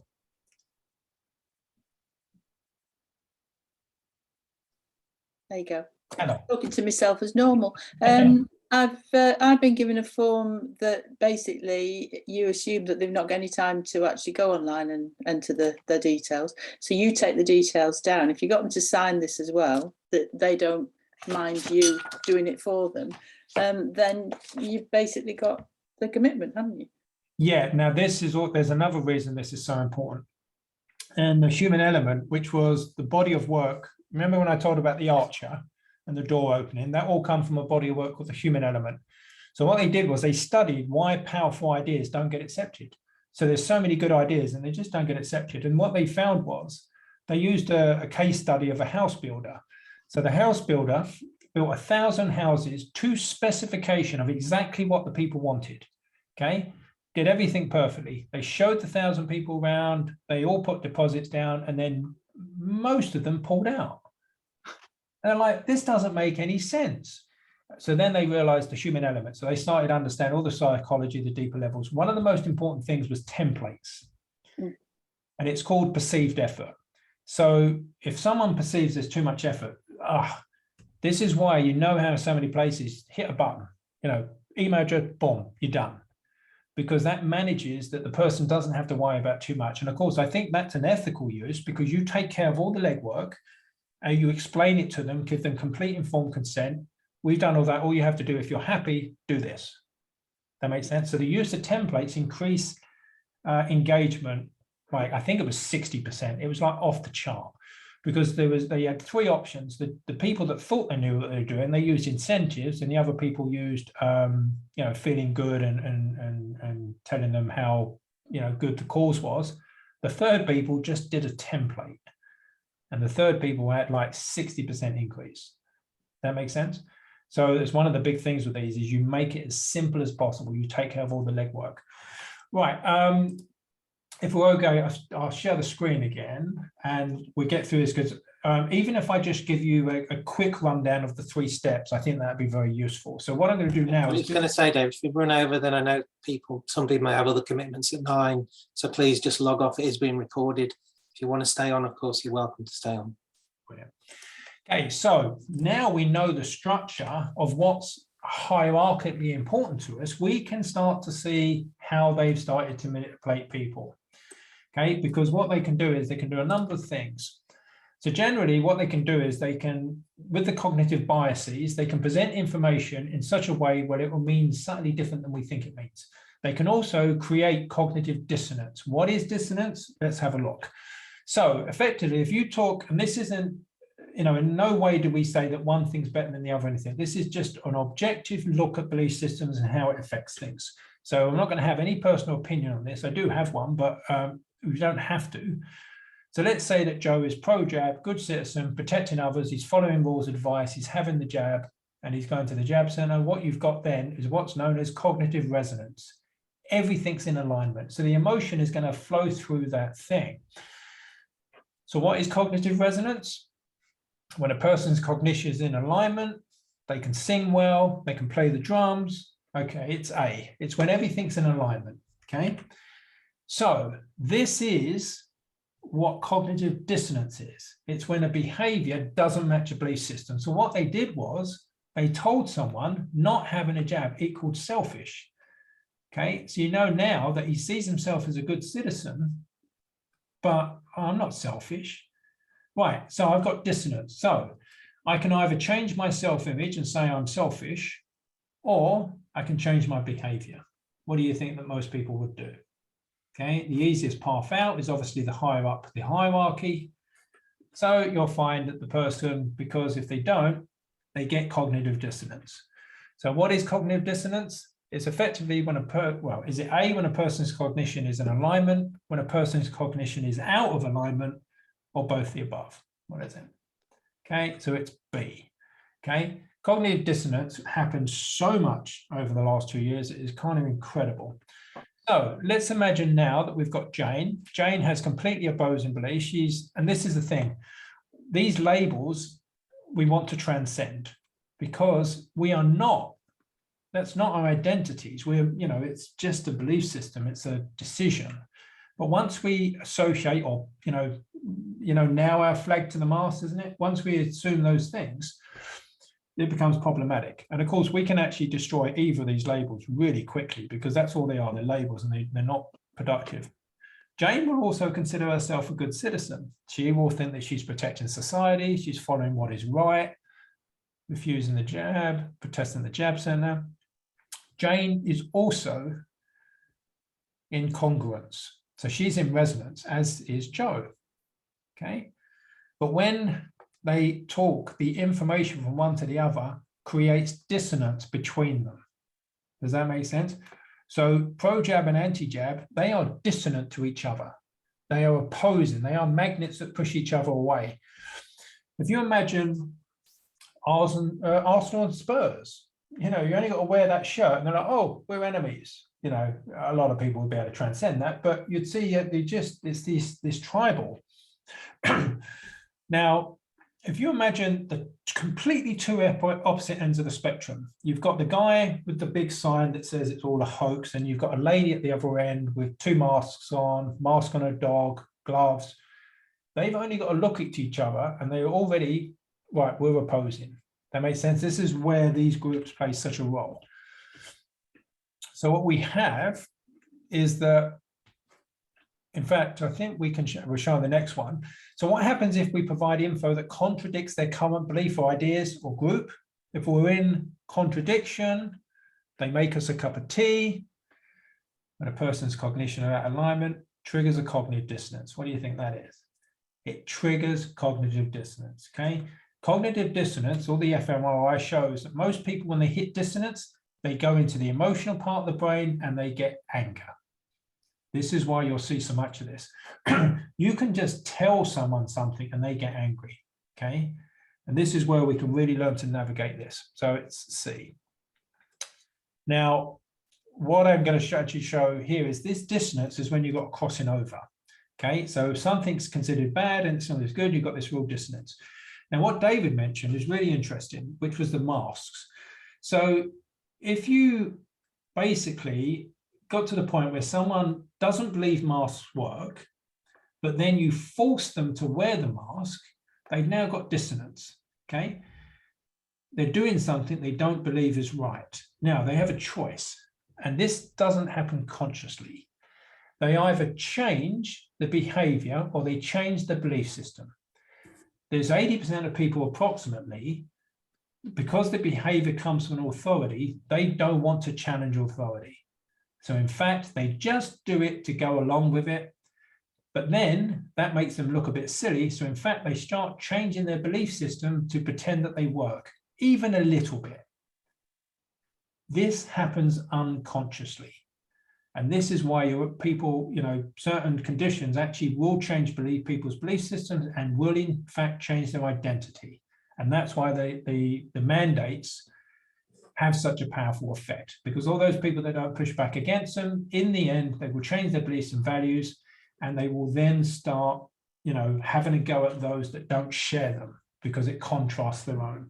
And I wanted to say, David, this for me also, this diagram was then where the compassion kicked in, because once you realize what's happening, that actually they are being almost coerced into changing their beliefs, that actually the masks work or whatever, then it's kind of, well, actually they've been manipulated. So I then see people in a different light, even those that say, well, the masks, I think they work. Yeah. Wherever you stand on this, it's like, well, actually, this is just, it's been a, group psyop. And once you get this model, you can then see, well, this is what's happening. Yeah, it absolutely is. Now, it's all about perspective a lot of the time. And I, like yourself, when I really started to see this at a deep level, I just saw a lot of compassion for everyone. I'm like, oh my God. And then I thought, how where they capture a prisoner of war and they manage to change the identity of a battle-hardened, like Navy SEAL, what chance does an elderly lady stand? You know what I mean? If they can take a highly trained soldier and convince him of something else, yeah, it shows the vulnerability of the human mind, the power of movement. But then, and that gets people a little bit scared. But here's the thing: once we find out, knowledge is power. Yeah, once we find out, it loses its power. And this is really the mission of what we're doing: is once everyone knows about this, you're not going to forfeit in the future, is it? You know what I mean? Who's going to clap to the sky now? Like, they're going to think twice before they do that. Am I really behind this? So, so what dictates many people's decisions? Path of least resistance, funniest route, most curious. It's really the path of least resistance. Me more than most, right? I know that my brain's always looking for that easy way out. But because I know that, I set up my environment to get the most things done. That makes sense. I know that a shiny toy will distract me, so I don't have any shiny toys. I don't have any phones by all this thing. So it's really becoming aware. I think it's a lot of self-awareness. So in short, just really in summary, it's a reorientation. Where is the biggest change that has to occur? Anyone want to have a challenge at this? It's how we see the person we're going to talk to. If we think they're going to be problematic, if we think they're the enemy I need to convert, our posture is going to change, our tonality is going to change. But if we see them with compassion and we've got important information to share, everything about us orientates that way. So the orientation is basically, we are all on the same side, okay? Those pushing the narrative and the narrative itself is the thing on the other side. That's the them. That makes sense? Us is humanity, literally all of us. Welcome in with open arms. We stop fighting each other, ceasefire, we start asking questions, and a lot of them. We transcend the labels. I think I've put this twice, not stepping in the ring. not returning the dignity violation. This is so key. Donna Hicks's work on this is fantastic. She's got opposing people that in wars sit down at a table, respect each other's dignity, they start working out their differences. The not returning dignity violation is effectively eye for an eye. Do not do eye for an eye. If someone's rude to us, that's their dignity violation. We don't have to return it. Not stepping in the ring. Separating the people from the idea is really key, because that's one of the biggest problems is we identify with ideas. Once we realize, I think David, you'll know this when you're like from a lot of the meditation, it's literally once we separate from the ideas, the tension's gone. Okay. So I was going to do an exercise here, but bearing with the time, I think we can do exercises another time. But what I want to check is just quickly into those three things. So the conditions for successful conversation. So what we've done is we've taken all the data that we've got, you know, there's thousands of studies, conversations with loads of experts, and we boiled it down into three things. The three steps, our approach. The conditions of the conversation, it's the setup of the conversation. Am I in opposition to the other person? Are we respectful to each other? Do we have dialogue? Do we, you know, all these things. And then the form of sharing, how I explain the information that I have. If these three things are in alignment and they're authentic, then it's pretty much a smooth process. If these three things aren't in alignment, then what we're going to have is that, you know, things won't get you. In fact, if you imagine that alignment, that's connection, isn't it? When you're connected to someone, you've got a communication channel open between you and them. When it's off center, and why would it be off center? Evangelical. There's a thing known as reactance. If we are too pushy, there is a natural, and people won't even do it consciously, there is a natural reaction in the brain to resist change. It's there to protect us, but there to protect our belief systems. It hasn't worked with the government because they know the back doors. However, you remember when we've been in a shop, we want to purchase the product, but the salesperson is just too pushy. What happens? We go get it somewhere else. That's evangelical. The people stand on the street corner, they are literally sharing information that they think is going to save us. There's no audience. There's never any audience because they're too evangelical. Our belief systems. So if we believe that it's actually going to be relatively straightforward to get through to people because we are authentic and we have information that's important to them. When we come from that belief, we enable ourselves. If we think that it's impossible and people won't listen, we've already tripped over ourselves. And the threat, this is so key.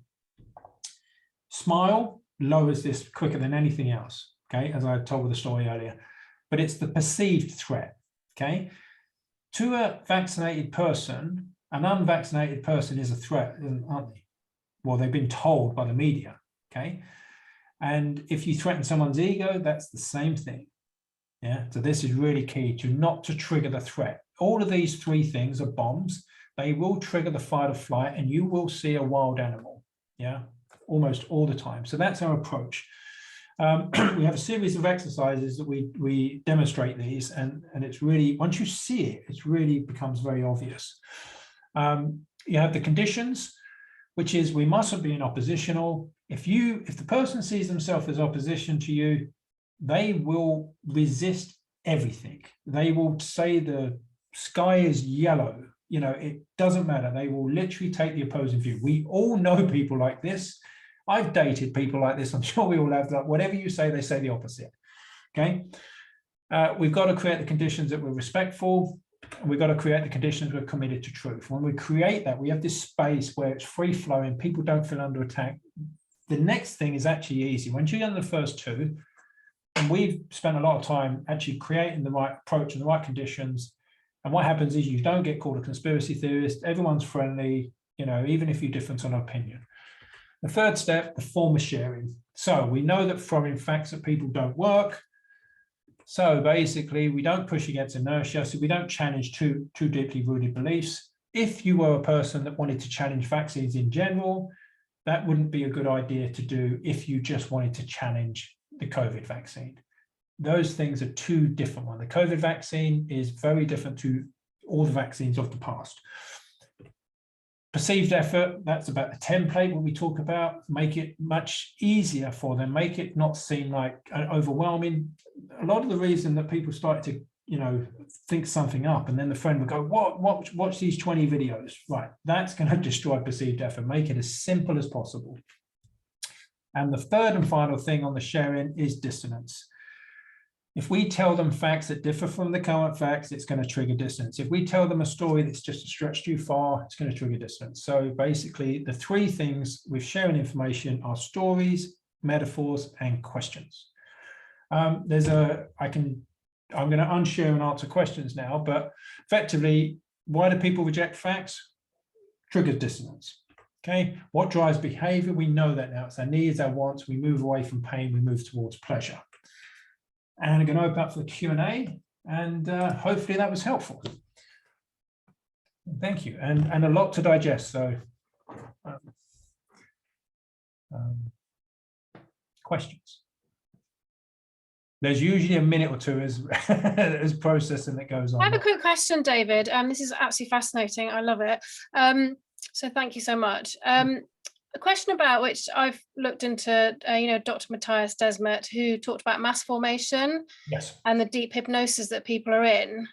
And you talk this is great sort of structure of how to approach businesses, what's the right approach, what you should try not to trigger people. But is there an element of people are in a bit of a deep hypnosis, and that some approach, sometimes you just can't get through?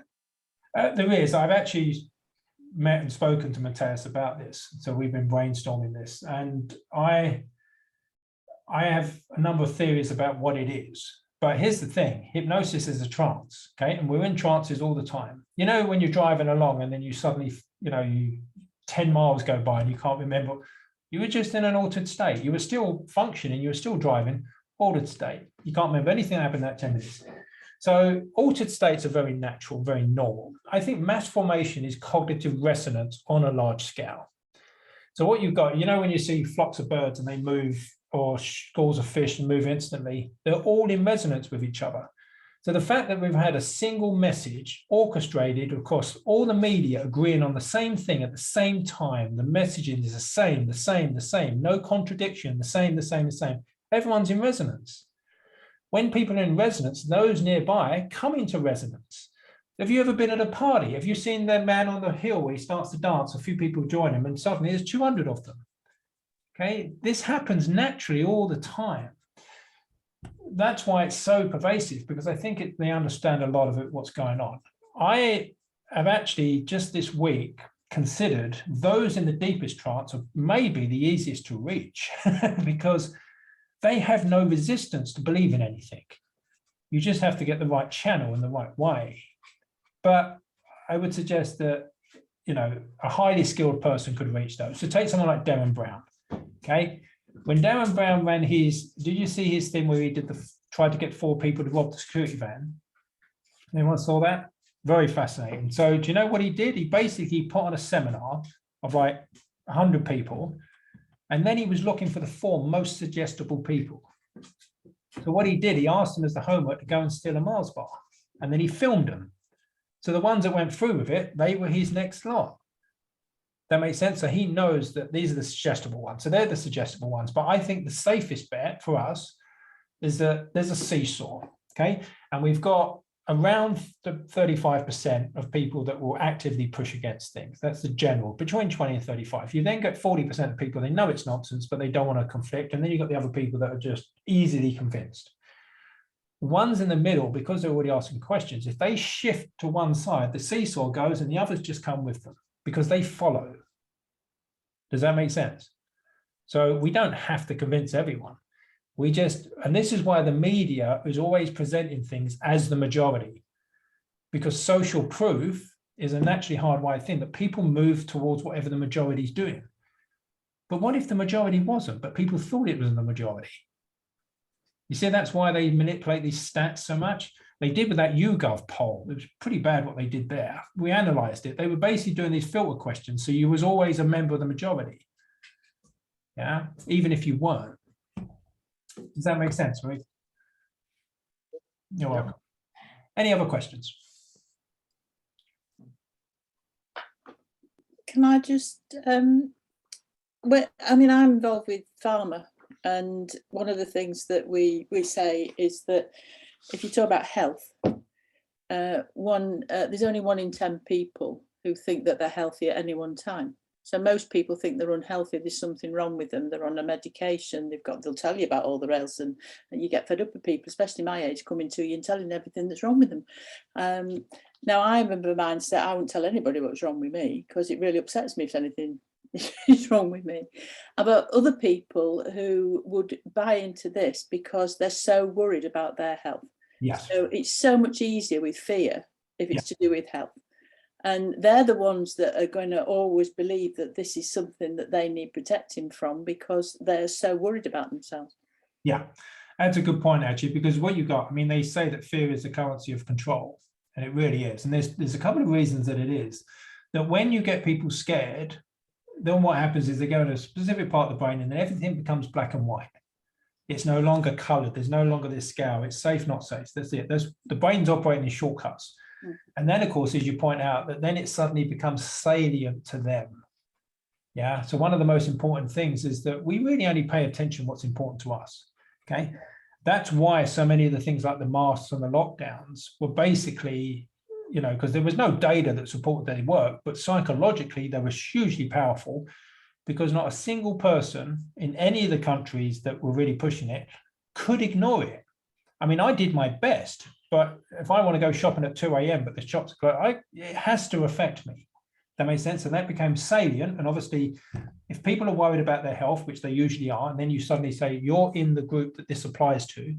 And that's probably, there was a thing on BBC Scotland, that's probably one of the biggest manipulated things they've done this, is made out everyone as being vulnerable to this, when in fact, it was a very small percentage of the population. Yeah, so one of the worst things was the asymptomatic. I mean, that meant that you were actually scared of healthy people. That meant instead of you coughing in a corner being ignored and, you know, you don't go near them, they've got something wrong with them, then you were worried about being near anybody. Yes. And that's psychologically damaging. That is really bad. Massively. It was a bit like invasion of the body. It's a bit like invasion of the body, isn't it? Oh, we cut out there, Michael. Sorry, I didn't hear that. I was going to say it was a bit like Invasion of the Body Snatchers. Yeah. Well, the interesting thing about that is, as Cheryl rightly pointed out, everyone then becomes the enemy. Every threat. Okay, so you get a complete breakdown of society. You get a complete breakdown of the family unit. You get a complete breakdown of society, and then everyone's just me and the state. That's it. Just one relationship. That makes sense. It's so pervasive from that. But of course, I think we're transcending that now. But yeah, it's very interesting. Of course, I think what's really key about today is that we've looked at a manual on driving. Okay, and so we know a lot about driving now. But I think we need to do, and certainly, David, you can do it within your own groups. There's a lot of role play to how to apply these, and we've got a do's and don'ts video and a do's and don'ts document, and then we started to put together. We've got a checklist, which effectively you can role play conversations. You say, right, and make it go wrong on purpose, and say, okay, which didn't I do, or which did I do? Does that make sense, Paul? I think sometimes it's good to know yourself as well, isn't it? Because what does all this say about us, for example? I mean, I don't like the kind of in-group, out-group kind of thing, but here we all are tonight, this diverse group of people we probably never met before. How is it that we have got to where we are in this position? It may have taken some people days, weeks, months, but that to me is interesting as well. It's also to have a bit of knowledge and reflection of yourself as to how have we got to this position? How is it that we've not gone along with it? How is it we've not bought into it? How is it we've not taken the hook, line, and sinker? What does it say about us? It is, and that's why I opened the thing up with, or the presentations up with, the acknowledgement. I don't think that, we've been, and I'm assuming that most of us here have challenged the narrative at some point through this, maybe, a long time, maybe from the start. But we've received a lot of flack for that. We've gone against we swum upstream a lot. We've received a lot of abuse and all that, and we've stuck to our guns. because we were committed to truth and we felt that that was the right thing to do. Okay, now people will, a lot of the truth movement, if let's just call it the truth movement per se, there's a lot of anger in there. There's a lot of emotions towards the people not complying. I think if they understood that, well, I think what we understand at a deeper level now, there's the archetypes you can't get away from. There's literally 80% of archetypes that will fall for a lot of psychological manipulation. We are probably in the 20%. There's many, and there's this single cause fallacy. There'll be many reasons why someone will be aware. It's not just one reason, but all of us will fall into one of those reasons. That makes sense. And I think it is to really value that, to have a lot of self, appreciation, really. And then the fact that we're now going out to share that in tough conditions.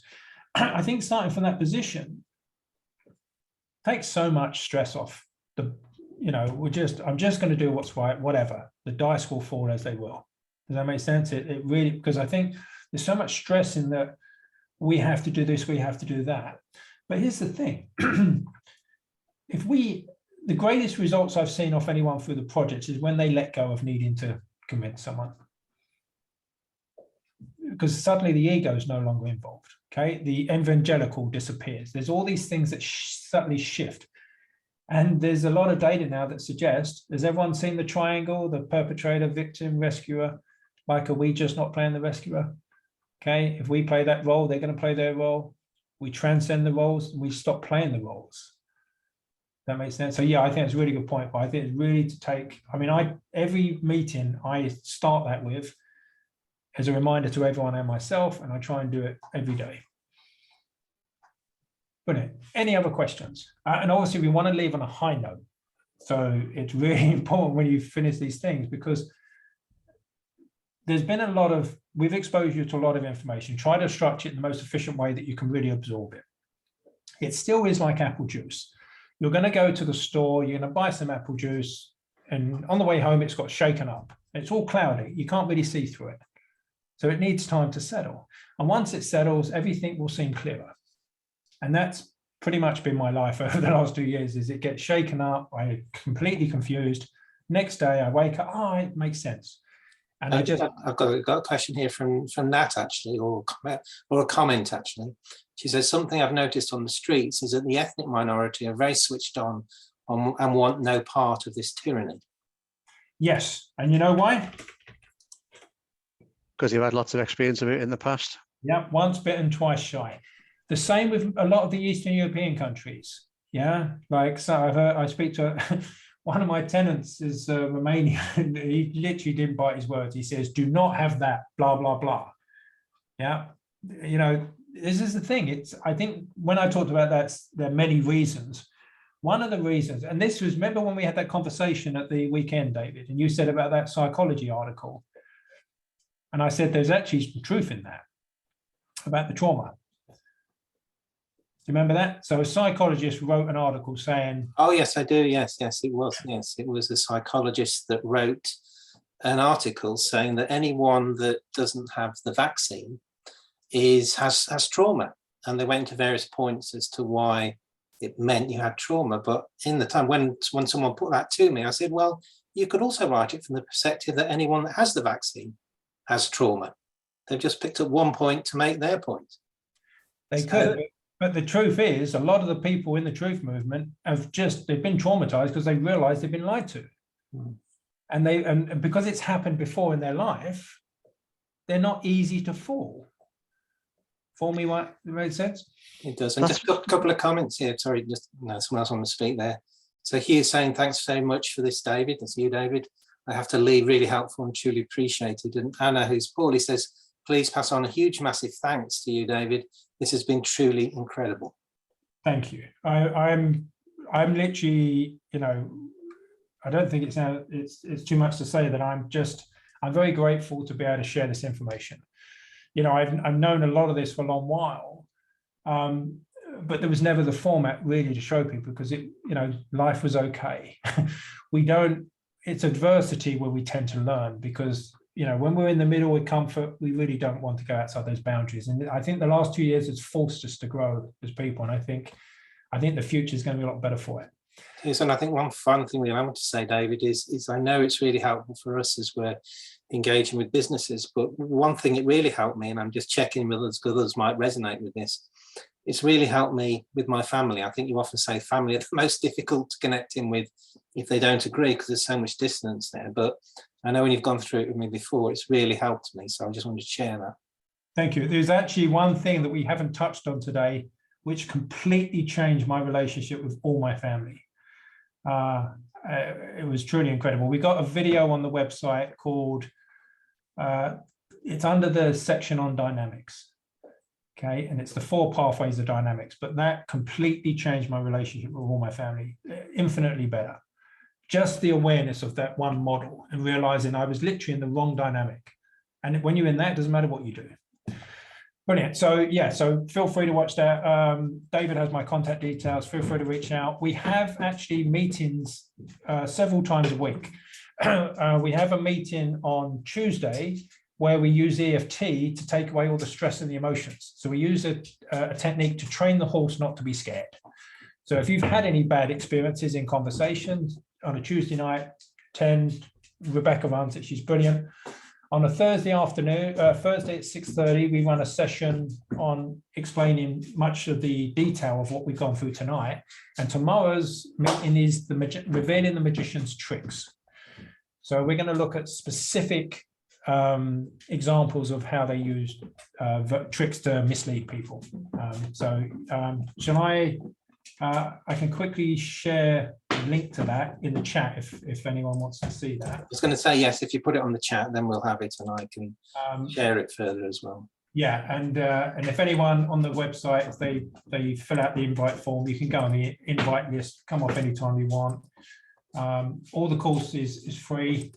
And all we just say to people, if you enjoy it, just make a donation. Just let me send. I just need to get my email open and then I can post that in the link. Thank you. Well, while David's doing that, any final comments, any final thanks before we close? Thanks I think a lot. thanks very much for that. I think one kind of final comment is it makes me afraid in some respects because this is the one thing I've kind of feared with all of this is what happens when the people find out. That's what keeps me awake at night. Yeah, well, it is an interesting thing, but you see, everything that's going to drive that are emotions. So when we learn to deal with our emotions, we can process them. And in fact, me and David were talking about this. There's various projects going on.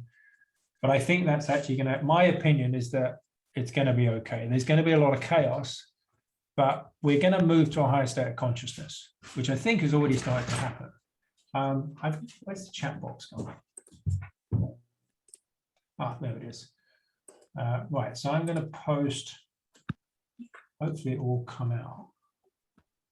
Yes, so I've posted in the chat, the email. So David, you can take a copy of that and pass on to everyone. We've run well over, so thank you all for your attention. Hopefully it felt like it wasn't too overwhelming. Hopefully been recorded, can watch that. Have a lovely evening and go build a better world, I guess. Yeah, and thank you so much. Thank you very much. Really appreciate it. You're welcome. Thank you. Bye. Ciao. Thanks very much. Bye. And